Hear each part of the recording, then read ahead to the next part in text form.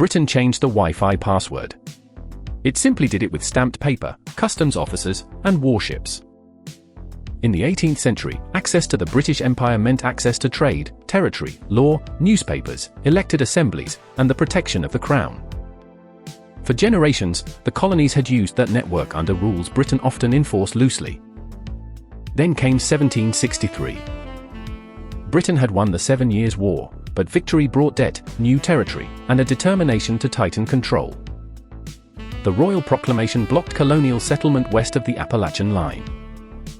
The Sugar Act followed with stricter customs enforcement. The old connection was still there, but the permissions had changed. Then Parliament put a password on paper. The Stamp Act required newspapers, pamphlets, almanacs, broadsides, legal documents, and other printed material to carry an official revenue stamp. That stamp was issued under British authority.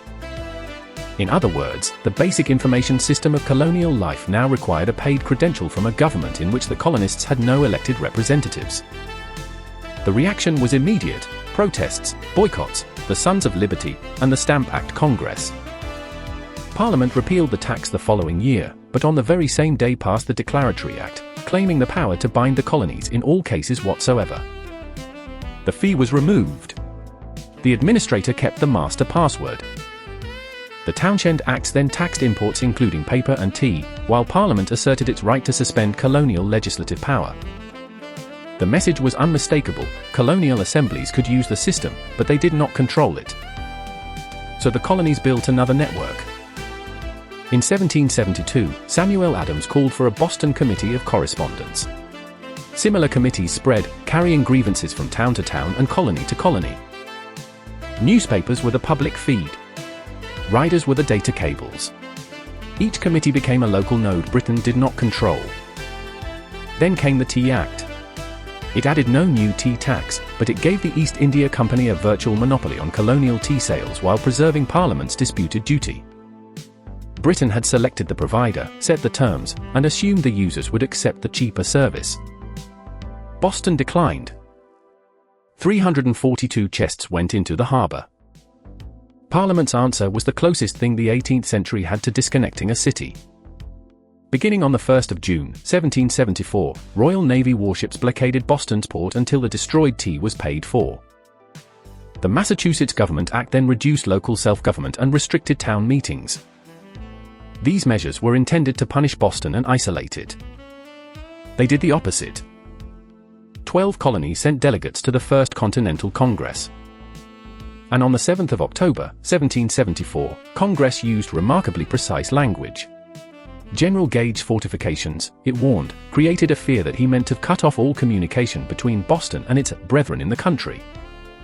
Congress demanded that free and safe communication be restored. The very next day, it resolved that if Britain enforced the new acts by force, all America ought to support Massachusetts. That is the moment a local outage became a continental cause. The Continental Association turned correspondence into coordinated action, with local committees enforcing a shared boycott. In the first 6 months of 1775, the value of British imports to America collapsed from roughly £3 million to 220,000. Britain's final attempt to regain control came on the night of the 18th of April, 1775. General Gage sent about 700 soldiers on a secret expedition to Concord to seize and destroy colonial arms and supplies.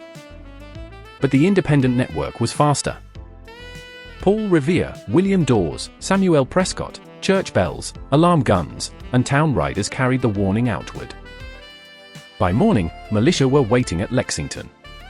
By day's end, more than 4,000 colonial militia had fought along the road.